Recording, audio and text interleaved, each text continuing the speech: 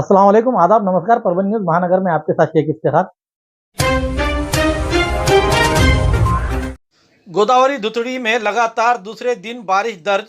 24 घंटों में 21.9 मिलीमीटर बारिश की दर्ज। जून में बहुत कम, जुलाई में अंत तक जिले में असंतोषजनक बारिश न होने से एक बार फिर से बुआई करने का समय आ गया किसानों पर। शुक्रवार 25 जुलाई से शुरू हुई लगातार बारिश शनिवार को भी दिन भर जिले में जारी रही। इस बीच 2 दिनों से हो रही लगातार बारिश से गोदावरी नदी उफान पर बहने लगी है। छोटी नदी और नालों में अच्छा पानी आ गया है। अब तक जिले में 248.4 यानी कि 75.5% बारिश दर्ज की गई है, जबकि 329 मिलीमीटर बारिश का अनुमान था। जिले का वार्षिक औसत 761.3 मिलीमीटर है। जून में जब 145.3 मिलीमीटर बारिश की उम्मीद थी, तब 81.1 मिलीमीटर बारिश होने से यह अनुपात केवल 55.8% ही रहा है। जून में बारिश का बहुत बड़ा बैकलॉग था। उसके बाद जुलाई की शुरुआत से ही बारिश संतोषजनक नहीं हुई। जुलाई में जब 26 तारीख तक 183.8 मिलीमीटर बारिश की उम्मीद थी, तब यहां 145.4 मिलीमीटर हुई, जबकि शुक्रवार सुबह से ही शुरू बारिश के शनिवार सुबह तक 21.9 मिलीमीटर दर्ज की गई है। और यह अनुपात है कि इस महीने के औसतम 91% रहने से, जिससे दोहरी बुआई का संकट टल गया है। 20 जून से ही अब तक एक 248.4 मिलीमीटर यानी कि अपेक्षित वर्षा का 75.5%, जबकि 329.1 मिलीमीटर बारिश दर्ज की गई है। पिछले साल 26 जुलाई तक जिले में 381.4 मिलीमीटर यानी कि अपेक्षित वर्षा का 115.9% बारिश हुई थी। इस साल बारिश में लगभग 40 मिलीमीटर की कमी आई है। पालम तालुके के गुंज गांव में जिला परिषद स्कूल है। इस स्कूल के लिए छात्र आवाजाही करते हैं। उनको 1 से 2 किलोमीटर तक रास्ते में कई कठिनाइयां आती है। इसे देखते हुए शिक्षकों ने और ग्रामीण इलाके के नागरिकों ने पालक की बैठक आयोजित की और शिक्षक, ग्रामीण इलाके के नागरिक और पालकों के मदद से एक स्कूली ट्रॉली खरीदी की गई और इस ट्रॉली की खरीद कर इसमें बच्चों को बिठाकर ले जाने की योजना बनाई गई, जिसके कारण रोजाना 2 से 3 किलोमीटर यात्रा करने वाले बच्चे अब इस ट्रॉली में बैठकर आसानी से स्कूल में जा रहे हैं। पालम तालुका का पुराना गुंज गांव ये गोदावरी नदी के तट के पर स्थित है। इस गांव के नागरिक बड़े पैमाने पर खेती करते हैं। अपनी जरूरतों के अनुसार ग्रामीण गांव से 1-2 किलोमीटर दूर तक अपनी खेतों में रहते हैं। इसलिए चूंकि छात्रों के लिए स्कूल आने जाने के लिए कोई सुविधा नहीं है, शिक्षकों ने और ग्रामीणों ने एक अभिभावक बैठक आयोजित की और इस बाइक ट्रॉली खरीदी की। इसे देखते हुए छात्र इस बाइक में आवाजाही करते हुए देखकर गांव के नागरिकों ने और तालुके के नागरिक, उसी तरह जिले के गुंज स्थित एचएम रुस्तुम लोखंडे, शिक्षक सुनील राउत, इनके अलावा केंद्र प्रमुख, इनकी सराहना की जा रही है। शराब के पैसे मांगने को लेकर मानवत में एक व्यक्ति के सर पर कुदाल मारकर बेरहमी से खून करने की घटना आज तारीख 26 जुलाई 2025 दोपहर के दरमियान हुई है। लेकिन बताया जा रहा है कि पुराने झगड़े को वजह को लेकर मानवत पुलिस थाने में मामला दर्ज किया गया है। पुराना झगड़ा शराब पीने के लिए पैसे न देने के कारण, इसी कारण से मारुति चौहान निवासी कोकर कॉलोनी, तालुका मानवत, शहर पर मानवत ने व्यापारी ज्ञानेश्वर वैजनाथ पवार निवासी कोकर कॉलोनी, तालुका मानवत के सिर पर कुदाल से वार करते हुए उसकी निर्मम हत्या कर दी। ये दुर्भाग्यपूर्ण घटना शनिवार 26 जुलाई के दोपहर 1:45 को हुई है। अभिषेक मारुति पवार ने मानवत पुलिस स्टेशन में शिकायत दर्ज कराई है। शिकायत में बताया गया है कि मारुति चौहान ने अपने चचेरे भाई ज्ञानेश्वर वैजनाथ पवार की पुराने झगड़े को लेकर सिर पर कुदाल से वार करके बेरहमी से हत्या कर दी। शनिवार के सुबह मानवत के करीब झरी नाका स्थित प्रदीप कलशकर इनके होटल में चाय ले रहे थे। उसी समय मारुति चौहान वहां हाथ में कुदाल लेकर आया और उस जगह पर पुराने झगड़ों को लेकर, उसी वजह को लेकर और दारू पीने के लिए पैसे नहीं देने को लेकर बात कहते हुए उस पवार ने पैसे देने के लिए इनकार करने से तभी मारुति चौहान ने हाथ में की कुदाल से पवार के सिर पर बेरहमी से वार कर दिया, जिसमें वो बुरी तरह से जख्मी हुए और जगह पर ही उनकी मौत हो गई। दरमियान इस मामले में मानवत पुलिस थाने के पीएसआई डीपी पाटिल ने अपराध दाखिल किया है। इस अपराध की जांच एपीआई संदीप बोरकर ये खुद कर रहे हैं। इसकी जानकारी जैसे ही मिली, घटनास्थल पर डीवाईएसपी टिपर से एपीआई बोरकर, देवकते, अमलदार गोविंद वड़, फॉरेंसिक टीम ने भी मुलाकात देते हुए अपराधी के जांच के लिए पीएसआई दिगंबर पाटिल, अनिल खिल्लारे, अमलदार शेख जावेद, शरीफ पठान, बंकट लटपटे, राहुल मोरे, रमेश रनेर, अनिस कौसड़ीकर, नरेंद्र कामड़े, गिर आदि जांच में लगे हुए हैं। गए फिरियाद के तहत गुना रजिस्टर कलम 321/2025 कलम 103 कौंस में 1, 351 कौंस में 2 कौंस में 3 भारतीय न्याय संहिता 2023 के तहत अपराध दाखिल किया गया है।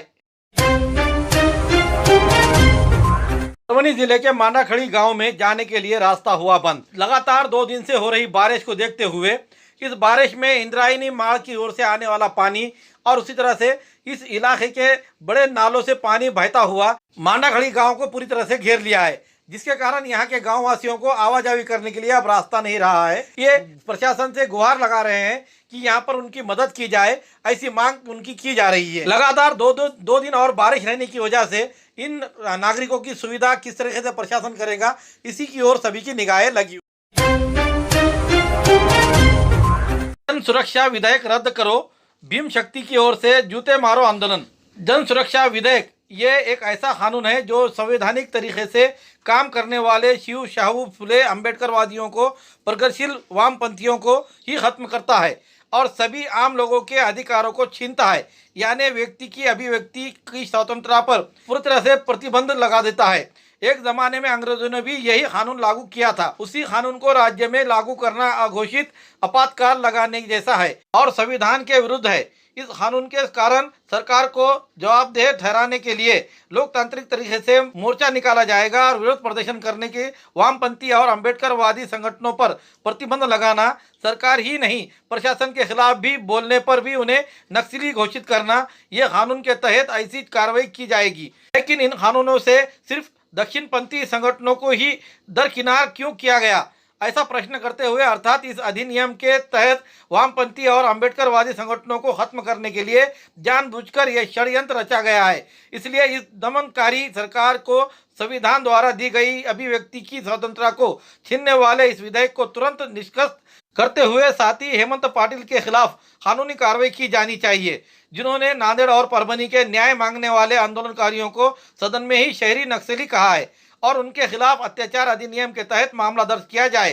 साथ ही संभाजी कुलकर्णी उर्फ भिड़े के खिलाफ राजद्रोह का मामला दर्ज किया जाए और जिन्होंने भारतीय ध्वज को अस्वीकार कर दिया और बहुजन समाज के बच्चों को भड़काकर भारतीय संविधान निर्माता के खिलाफ अपमानजनक शब्दों का इस्तेमाल करके बहुजन महापुरुषों का अपमान किया, इन पर देशद्रोह का गुनाह दाखिल किया जाए। अन्यथा भीम शक्ति सामाजिक संगठन की ओर से समूचे महाराष्ट्र में जन आंदोलन किया जाएगा, ऐसा निवेदन दिया गया है। दिए गए निवेदन पर भीम शक्ति के मराठवाड़ा महासचिव प्रोफेसर प्रवीण कनकुटे, जिला अध्यक्ष सतीश भिसे, सुभाष पंडित, नितिन सावंत, पवन वावड़े, दीपक कनकुटे, संजय वावड़े, राजू खरात, बालाजी घुले, किरण साळवे, संजू घुले, विशाल खिल्लारे, पिंटू मुजमुले आदि के हस्ताक्षर मौजूद है।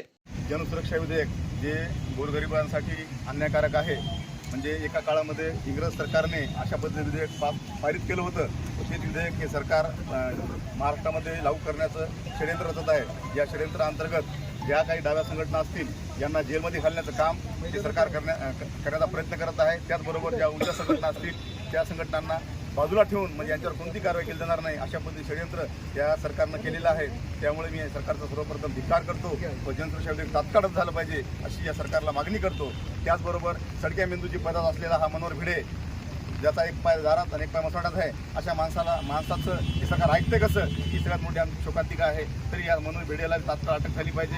मनोहर भिडे हा देशद्रोही कारवाई करत असून याला या मनोहर भिडे देशाचा तिरंगा मान्य नाही, अशा या हरामखोर माणसाला तात्काळ सरकारनं पाबंद केलं पाहिजे, त्याची बंदी पण केली पाहिजे। याला महाराष्ट्रात फिरून देता कामा नये। यानंतर असे काही प्रकार घडत असतील त्या मनोहर भिडेचा आम्ही कुठंच महाराष्ट्रात पाठवणार नाही अशी मी आपल्याला या माध्यमातून सांगतो। त्याचबरोबर हा हेमंत पाटील आम्हाला सभागृहामध्ये अर्बन नक्षलवादी म्हणतो। आम्ही आमच्या हक्कासाठी लढाई लढणार आहोत आणि ह्या लढाया कदापि थांबणार नाहीत। आम्ही अर्बन नक्षलवादी जर म्हणत असाल तर आम्ही खरंच अशा कामं करत असतो, आमच्यावर होणारे अन्याय करत असू तर आम्ही खरंच नक्षलवादी आहोत असं आम्ही हेमंत पाटलाला सांगतो। परंतु असे संविधान विरोधी कृत्य करणाऱ्या लोकांना हे सरकार पाठीशी घालते, हे बरोबर नाही। त्यामुळे हेमंत पाटलावर अटक झालाच पाहिजे।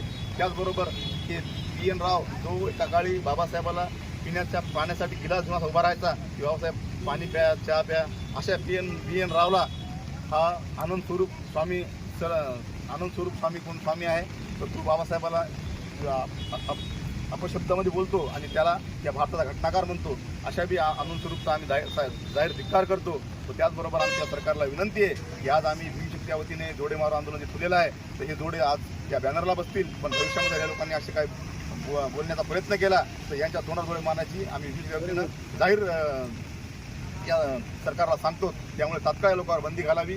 या लोकांना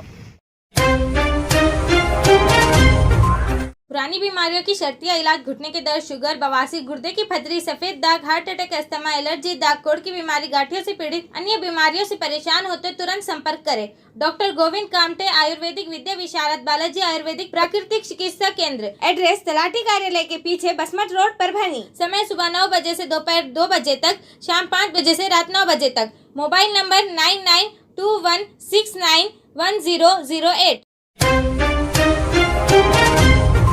राष्ट्रवादी कांग्रेस अजित पवार गट के पूर्व विधायक विजय भांबड़े इन्होंने ये इल्जाम लगाया है कि यहाँ के पालक मंत्री मेघना साकुरे बोर्डीकर ये अवैध शराब के साथ जुड़े हुए हैं और उनके रिश्तेदार की तहत ही ये शराब की बिक्री हुई थी, जिसमें पुलिस कानूनी कार्रवाई की गई है. उसे लेकर उन्हें इस्तीफा देना चाहिए, ऐसी संवाददाता सम्मेलन लेकर उन्होंने जानकारी दी थी. उसी को लेकर भाजपा के ग्रामीण जिला अध्यक्ष सुरेश भुमरे और डॉक्टर केदार खटिंग इन्होंने आज संवाददाता सम्मेलन लेकर उसका खुलासा करते हुए कहा है कि परभनी जिले के पालक मंत्री एवं राज्य मंत्री मेघना साकुरे बोर्डीकर ये उस प्रकरण में उनका कहीं कोई मामला नहीं है, इसके बारे में उन्होंने जो कहा. और विजय भांबड़े ये किस तरह से बात कर रहे हैं इसके बारे में जो उन्होंने बात बताई है, आइए जानते हैं उन्हीं के जुबानी. त्या आरोपामध्ये काही तथ्य नाही. स्वतः पोलीस प्रशासनाने काढून माहिती दिलेली आहे. ज्यांनी आरोप केले त्यांना जनतेने दोनदा नाकारलेला आहे, घरी बसलेला आहे. त्यांच्याकडे कुठलाही विषय नाही. सन्माननीय राज्याच्या राज्यमंत्री आणि परभणी जिल्ह्याच्या पालकमंत्री अतिशय चांगल्या पद्धतीने काम करीत आहेत. ते काम करून कुठेतरी त्यांना वाटायले की आता आपलं कुठलंच जनतेमध्ये काही राहिलं नाही, म्हणून त्यांनी जे काल आरोप केलेत ते आरोप बिनबुडाचे आरोप आहेत. त्या आरोपामध्ये कुठलंही तथ्य नाही आणि त्या आरोपामध्ये दूरदूरचा बी संबंध राज्यमंत्री महोदयांचा नाही. त्यांनी काल उल्लेख केला गुटख्या संदर्भात. ते आमदार असताना ते संबंधित व्यक्तीचं ज्यांनी नाव घेतलं माजी आमदारांनी, त्यांच्याच काळामध्ये ते सर्व गुटखे 2 नंबरचे धंदे हे त्यांच्याच काळात चालत होते. जेव्हापासून मंत्री महोदय आणि पालकमंत्री झाल्या तेव्हापासून जिल्ह्यामध्ये सर्व काही बंद आहे. एक महिला प्रतिनिधित्व म्हणून त्या महाराष्ट्राचा आणि परभणी जिल्ह्याचा पालकमंत्री म्हणून ते अतिशय चांगलं काम करायला आहेत. ते काम पाहूनच विरोधकाच्या पोटात कुठेतरी दुखायला लागलेलं आहे. त्याचं काही घेणं देणं नाही. काल ज्यांनी आरोप केले त्यांना माजी आमदारांना, त्यांना स्वतःचं राजकारण कसं टिकेल, स्वतः कसं चर्चेत राहता येईल, त्यासाठी ते आमच्या मंत्री महोदयावर आरोप करीत आहेत. त्यामध्ये पाहितला असेल सर्वसामान्य जनतेचा विश्वास भारतीय जनता पार्टी, आमच्या देशाचे कर्तव्यदक्ष आपले पंतप्रधान नरेंद्र मोदी साहेब असतील, महाराष्ट्राचे कर्तव्यदक्ष मुख्यमंत्री देवेंद्र फडणवीस साहेब असतील, सर्वसामान्य जनतेचा विश्वास हे सरकार सर्वसामान्य जनतेचं आहे. त्यामुळं सर्वांना वाटतं की आता भारतीय जनता पार्टीशिवाय पर्याय नाही. त्यामुळं येणाऱ्या काळामध्ये अनेक दिग्गज तर भारतीय जनता पार्टीमध्ये प्रवेश करणार आहेत, पण उद्धव ठाकरे गटाचे अनेक तालुका प्रमुख, अनेक शाखा प्रमुख हे सुद्धा लवकरच भारतीय जनता पार्टीमध्ये प्रवेश करणार आहेत. परभनी के अजंता नगर स्थित बिजली के खंभे से शॉक लगकर एक बैल की मौत होने की घटना 25 जुलाई के रात 10 बजे के दरमियान हुई है. यह बैल उस खंभे के चपेट में आ जाने से उसे जोरदार बिजली का झटका लगा और वो जगह पर ही उसकी मौत हो गई. इस बिजली के खंभे में इससे पहले भी बिजली उतर चुकी थी. इस बारे में इलाके के नागरिकों ने महावितरण के खंडवा बाजार स्थित कार्यालय को जाकर इसकी जानकारी दी, लेकिन यहाँ के अधिकारियों ने इस और नजरअंदाज करने के कारण ये घटना हुई है. इलाके के नागरिकों का कहना है कि इलाके में एक स्कूल है, सैकड़ों छात्राएं हैं और इस इलाके में छोटे बच्चे खेलते हैं. दुर्भाग्यवश अगर यह घटना किसी व्यक्ति के साथ होती है तो बहुत बड़ी आपदा आ सकती थी. इसलिए क्षेत्र के नागरिकों की ओर से मांग की जा रही है कि बिजली महावितरण के जोन नंबर 2 के अधिकारी इसको गंभीरता से लेते हुए तुरंत बिजली के खंभे के संबंध में कोई योजना बनाए, ऐसी मांग की जा रही है. काही नाही, ते काल अचानक दुर्दैवाने माझ्या वासराचा ते अचानक दुर्दैव मृत्यू पावला. किती वाजता घटना काय काल संदर्भात 10च्या नंतर आम्हाला सकाळी कळलं. काल रात्री 10च्या सुमारास ही घटना घडली. सुमारे 10 वाजता रात्री. कशामुळे झाले काय? ते विजेच्या शॉक मुळे म्हणले पब्लिक कशाला लागलेला? हे आपल्या लाईन त्या खंब्याला बर. लाईनच्या खांबामुळे ते अत्यंत दुर्दैवी घटना झालेली आहे. त्याच्यामुळे हे काय होते तुमचं आहे का? हे माझं स्वतःच आहे. माझं नाव बाळासाहेब मधुकर वावळे, राहणार कुठल्या? विश्वासनगर, वांगरोड, हाडकोप, परभणी. हो. काय नंतर काय तुम्ही कळालं? नंतर प्रोसेस एवढं आहे की आम्ही एमईसीबीला वारंवार तक्रार करून एमईसीबी वाले याची दखल घेत नाही. आज या जनावराला, उद्या लेकरांना काय याची दखल कोणी घ्यायची? आज हे जनावर गेलं ठीक आहे, मान्य आहे, पण उद्या एखाद्या लेकराला काय झालं त्याची दखल कोणी घ्यायची? त्याने शासनाने याच्याकडे लक्ष द्यायला पाहिजे. रात्रीच्या वेळेस मग तुमचं जनावर जेव्हा बाहेर होतं अशा ज्यावेळेस आणलेलं नाही तर अशा नाही, काल आम्ही बघत होतो तर आम्हाला ते शोधत नव्हतं. आम्ही तिकडे कॅनलच्या पाठीमागे आंबेडकर नगर ते राहत होते, आम्हाला एवढं माहित होतं, पण इकडे फिरत नव्हते ते आम्हाला माहित नव्हतं. मग सकाळी तुमच्या सारख्याने आम्हाला सांगितलं की तुमच्या इथं जनावर पडले. मग पडले नंतर आजूबाजूच्या लोकांना सांगितलं की हा 8 दिवसापासून आम्ही तक्रार केली होती. नुकसान झालेलं हे काय मागणी काय तुमची? मागणी की आम्हाला त्याने नुकसान भरपाई करून द्यावी एमईसीबी वाल्याने, शासनाने. आमची त्यांनी तात्काळ मागणी पूर्ण करावी. आणि 8-10 दिवसापासून या खांब्यामध्ये करंट उतरायला. बर, हे माहित होतं का मग आपल्याला? हे माहित त्या एमएस वाले लोक आले, त्यानं काय केलं काय मला माहित नाही. हा, हा. एका दिवशी इथं दरवर्षी जनावर बकऱ्या पावसाळ्यात इथं नेहमीच येतात. 50-50, 100-100 जनावर येतात रात्री बर बर. दर पावसाळ्यामध्ये. खुला एरिया खुला असल्यामुळे. ओपन स्पेस असल्यामुळे. आणि त्या ठिकाणी ते जनावर येतात, तिथं झाडाखाली येतात, शाळेच्या मैदानात बसतात. त्याला आम्ही नेहमी हाणीत असतो, तरी हाणलं तरी ते येतच राहतात. हे नेहमी दर पावसाळ्यामध्ये येतात. बर. तर ही घटना घडली, त्या खांब्यामध्ये करंट उतरलेला आहे. एका दिवशी बकरी बी चक्कर येऊन पडली. तर मी मला कशामुळे पडली बकरी, तर मी काय केलं, घरातून टेस्टर आणलं. टेस्टर आणून खांब्याला लावून पाहिलं मी, आणि सगळ्या दगावली नाही का ती? म्हणजे नाही चक्करून पडली होती. कंब्याला चिटकल्यामुळे हा, ते तिला चक्करून पडली. मला शंका आली, म्हणून मी काय केलं, घरातून टेस्टर आणलं. टेस्टर लावून त्या खांब्याला लोखंडाचं चेक केलं खालून, तर त्याच्यामध्ये करंट उतरला. लागलीच एमएसबीच्या लोकांना, परिसरातल्या लोकांना कळलं, आली ते त्यांना काय करायचं ते केलं. या गोष्टीला 8 दिवस झाले जवळजवळ. आणि रात्री ही दुर्घटना अशी घडली. परिसरातल्या लोकांना कारण काय सांगितलं? करंट मुळे झाले ते. त्यानं वायरिंग बरोबर केलेली नाही. एमएसबीचा दोष आहे याच्यामध्ये, लाईट खात्याचा दोष आहे. त्यांनी फिटिंग बरोबर केली नाही, खांबा बरोबर गाठलेला नाही. दुर्दैवी घटना घडू नये. तर लेकरं शाळेतला परिसर आहे, लेकरं 24 तास झाडाखाली खेळतात, रस्त्याने जातात येतात. आता हे घटना जनावर मेलं, उद्या एखादा माणूस सुद्धा या करंटमुळे दगावू शकतोय, याची 100% शाश्वती आहे. परिसर असल्यामुळे शाळेतले लेकरं नेहमी परिसर आहे. हा, त्याच्यामुळे लेकरं इथे खेळतात. त्याच्यामुळे याचा बंदोबस्त चांगला करा आणि खांबा चांगला राहावा, हीच आमची शासनाकडे. याच्यानंतर अशी घटना, दुर्दैव घटना घडू नये, एखादा माणूस लेकरं मरू नये.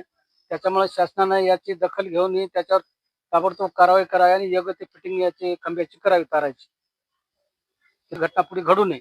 आता एखादा लेकरं मरू शकते ना, माणूसही मरू शकते. तर त्या लोकांना सगळ्याला आम्ही सावध केले की बाबा खांब्याला हात लावू नका म्हणून. त्याच्यामुळे तिकडे कोणी आपण जनावराला काय, रात्री 12च्या नंतर जनावर येतात.